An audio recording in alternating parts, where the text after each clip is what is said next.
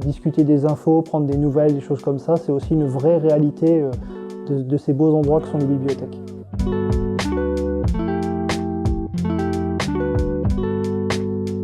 Bonjour, je m'appelle Antoine Boudet et je suis conseiller numérique France Service à la bibliothèque départementale de la Manche. J'ai choisi d'exercer cette fonction parce qu'elle me permettait de rassembler à la fois mon projet professionnel, donc qui est de travailler en bibliothèque, mon envie d'être au service des autres et également de mettre en valeur mes compétences liées au numérique.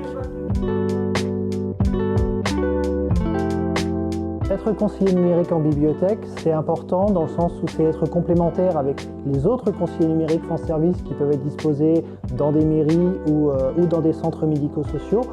Et c'est également important parce que c'est une solution supplémentaire pour aller chercher les personnes qui sont en besoin et qui ont des attentes par rapport au numérique, parce que la fracture numérique, c'est une vraie réalité encore aujourd'hui.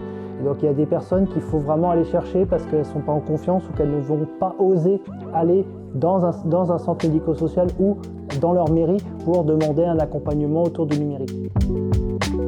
J'interviens uniquement dans les bibliothèques. Je vais dans 15 bibliothèques différentes faire une fois par mois des permanences à destination des usagers.